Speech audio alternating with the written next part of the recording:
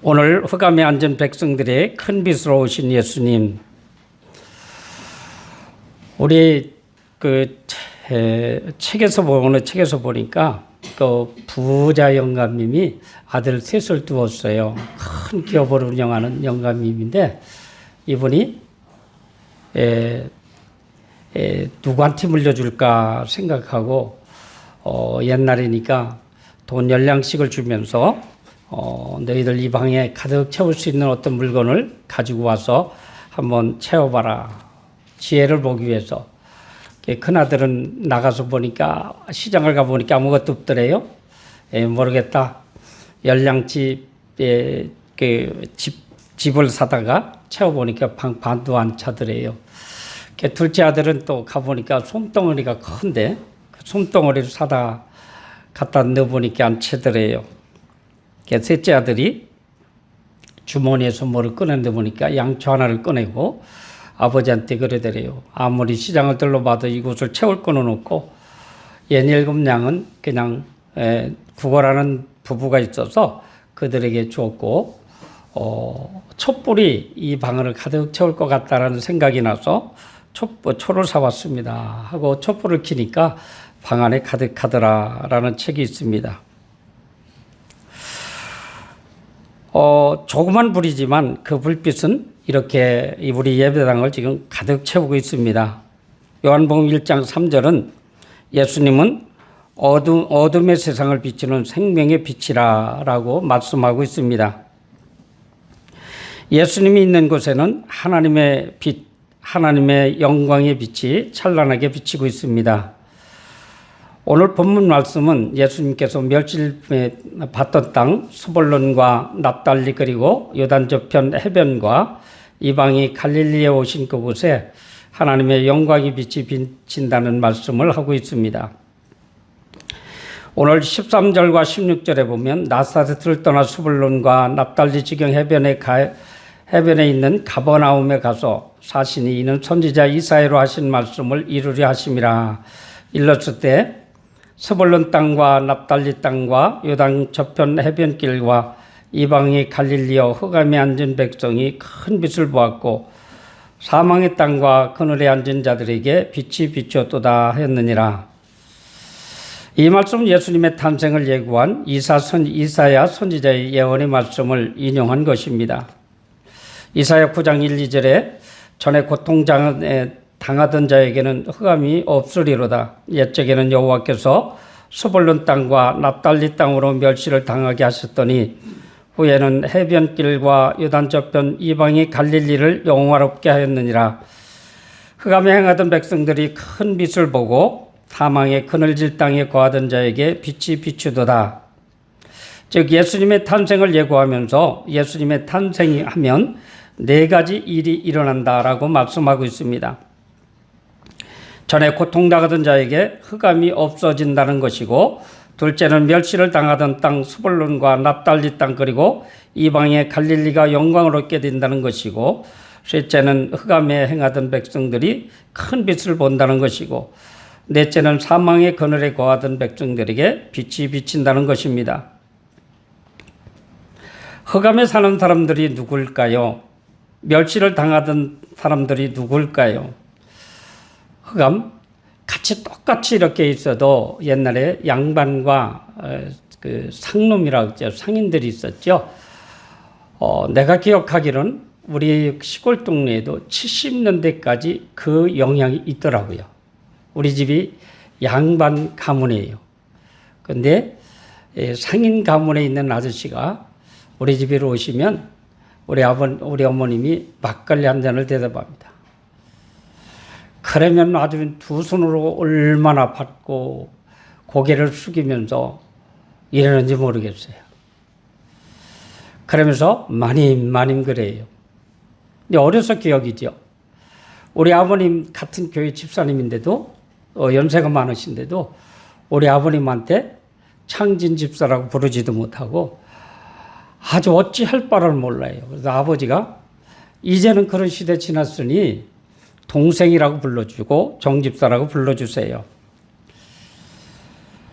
이런 분들이 흑암에 있는 사람들이 아니었을까요?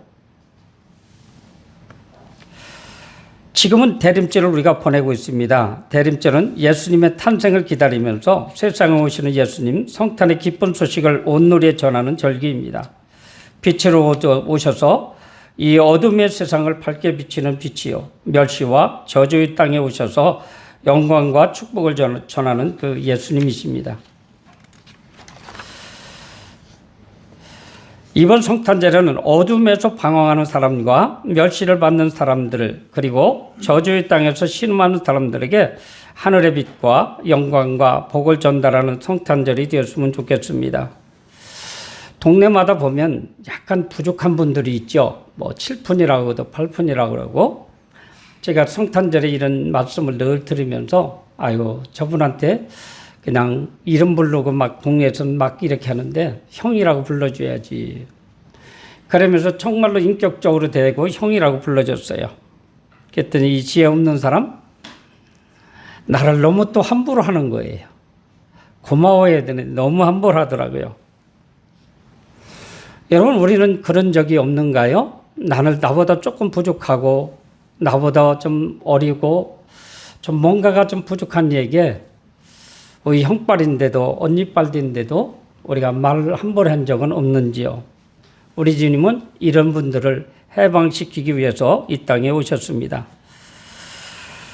흑암의 땅 갈릴리에 오셨어요. 여호수아가 이스라엘과 함께 가나안 땅에 들어와서 그 지파들에게 땅을 나눠줄 때 스불론 땅과 납달리 땅도 하나님께서 약속하신 축복의 땅, 젖과 꿀이 흐르는 아름다운 땅 가운데 하나였었습니다. 하나님이 이 땅을 스불론 지파와 납달리 지파에 나눠주면서 이 땅에서 행복하고 평화로운 미래를 약속하셨습니다. 그런데 이스라엘은 가나안에 들어와서 하나님의 법도를 지키지 않았고, 그들은 하나님이 이전에 쫓아낸 가나안 백성과 마찬가지로 우상 숭배와 불의와 죄악, 탐욕과 폭력의 땅으로 만들었습니다.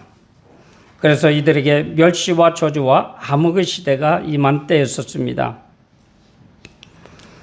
여러분, 여기에서 우리는 우상을 섬기지 않잖아요. 그죠?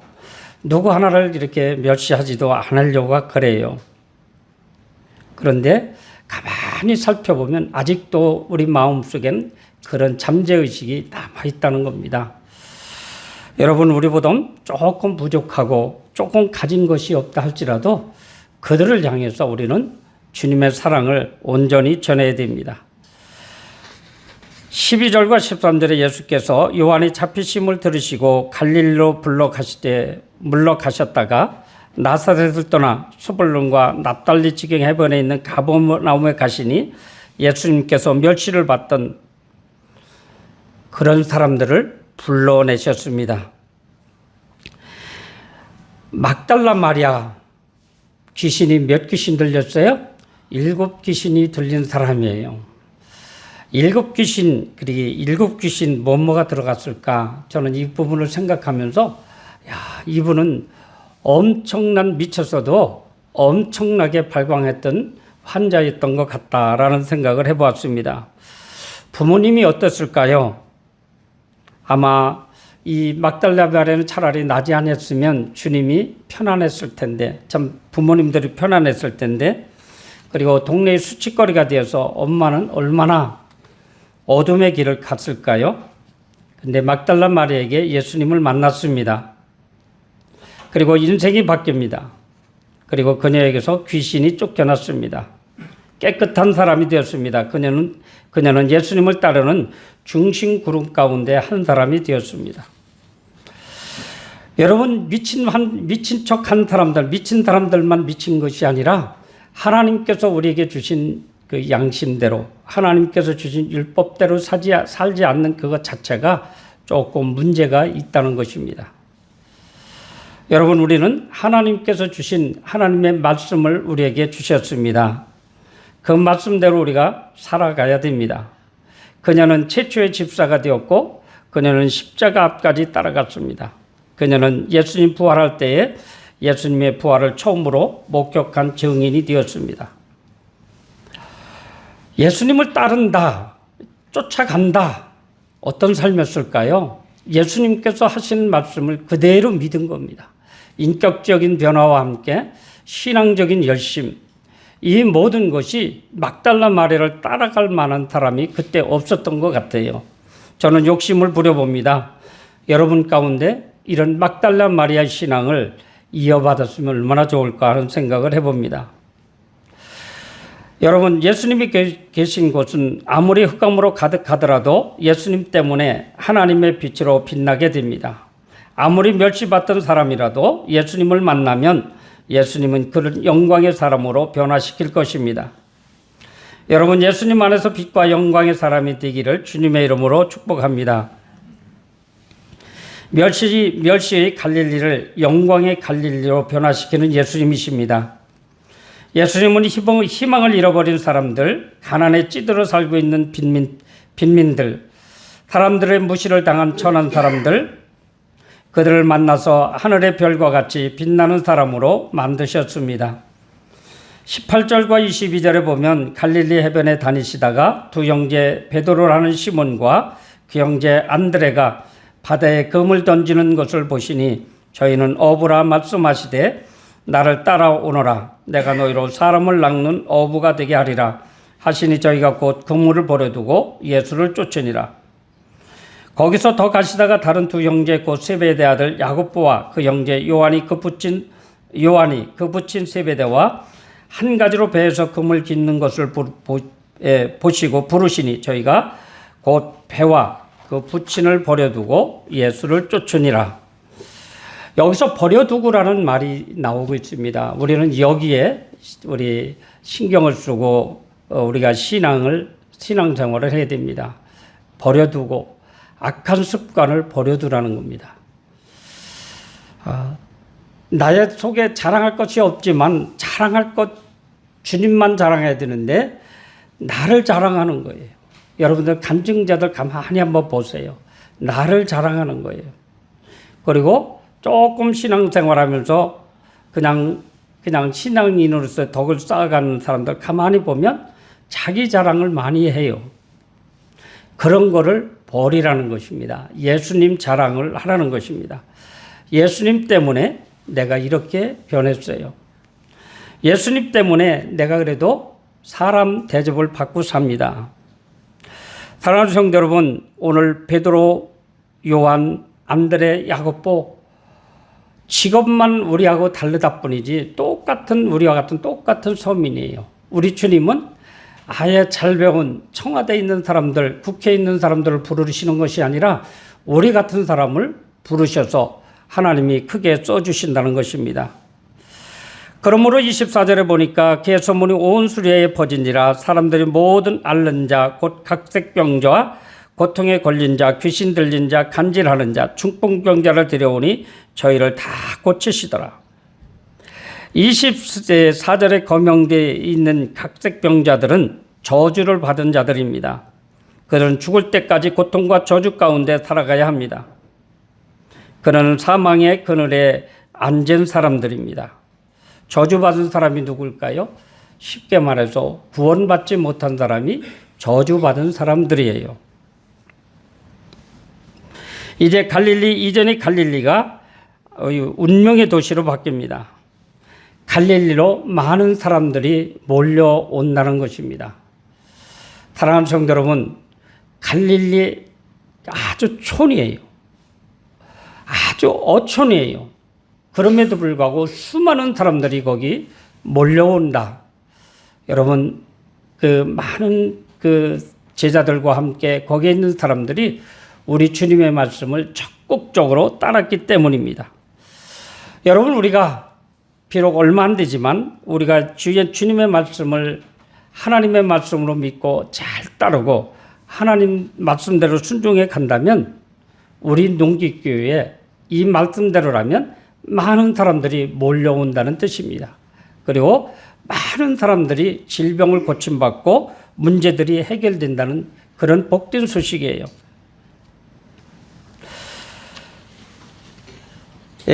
어느 책에서 보니까 그런 게 있더라고요. 여러분 하나하나가 다 장점이 있어요. 무엇인가 하나 내놓으면 내가 최고가 될 수가 있어요. 그런데 오늘 책에서 보니까 결코 시들거나 지는 법이 없는 전설의 꽃 아마란트라는 꽃이 있다고 그래요. 이 아마란트 꽃은 아름답지도 않고 향기마저 없습니다. 그래서 언제나 시들지 않고 언제나 꽃을 피우고 싱싱한 생명력을 가지고 있습니다. 그런데 이 아마란트 자리에 바로 옆에 화사한 장미꽃이 있습니다. 그래서 이 아마란트 꽃이 이야기합니다. 질투 어린 말로 이야기하지요. 참 곱기도 하구나. 하나님 보시기에도 사람들이 보기에도 얼마나 탐날까. 너의 아름다움과 향기는 참으로 대단하다. 그러자 장미가 시무룩한 표정으로 대답을 합니다. 하지만 내 목숨은 너무나 짧아요. 누가 나를 꺾어 가지 않더라도 나는 저절로 시들고 말지요. 그렇지만 당신은 언제나 꽃을 피우고 언제나 지금처럼 싱싱하게 살아있지 않습니까? 이 아마란트 꽃은 1년생인데요.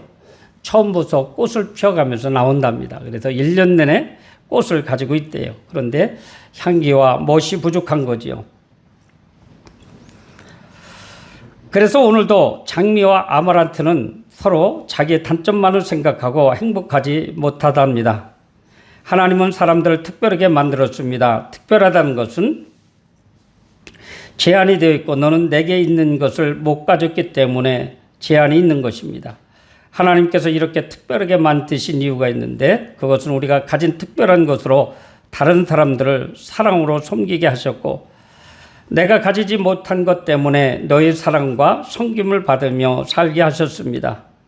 서로가 가진 것으로 사랑하고 서로가 못 가진 것 때문에 서로를 의지하고 사는 사람들 가운데 하나님께서 임하신다는 것입니다. 그런 곳에 하나님께서 진정한 행복과 평화를 선물해 주십니다.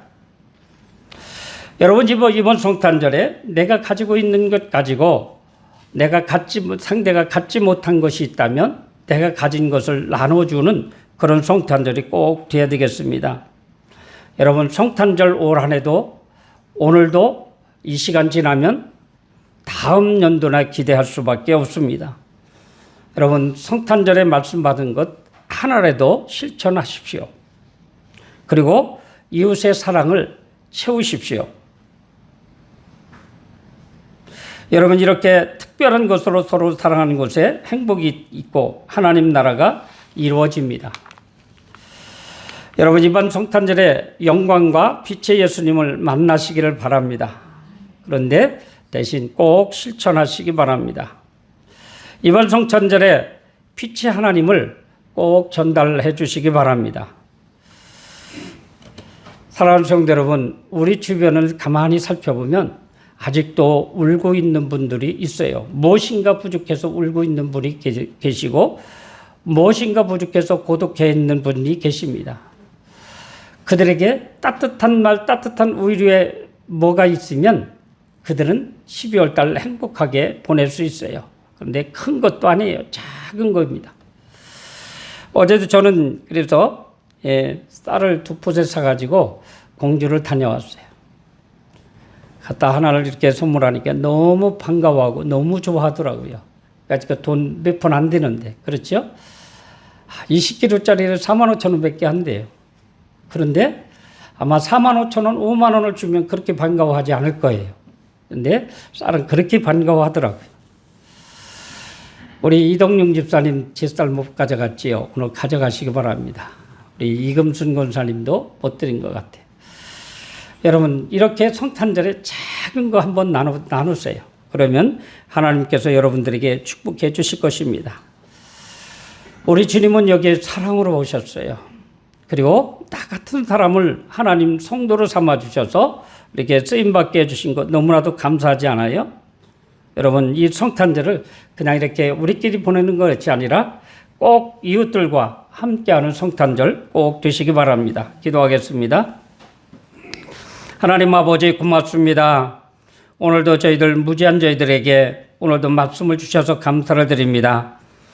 하나님 우리 주님은 이 땅에 오셔서 우리 인간들이 생각지 못한 낮고 천한 외면하는 이들을 향해서 사랑을 베푸셨고 또 복음도 주셨고 각종 질병도 고쳐주셨습니다. 그리고 작은 자를 들어서 큰 자로 만들어 주셨습니다. 하나님, 저희들도 주님의 사랑을 본받아 이렇게 살게 하옵소서. 예수님 이름으로 기도하옵나이다.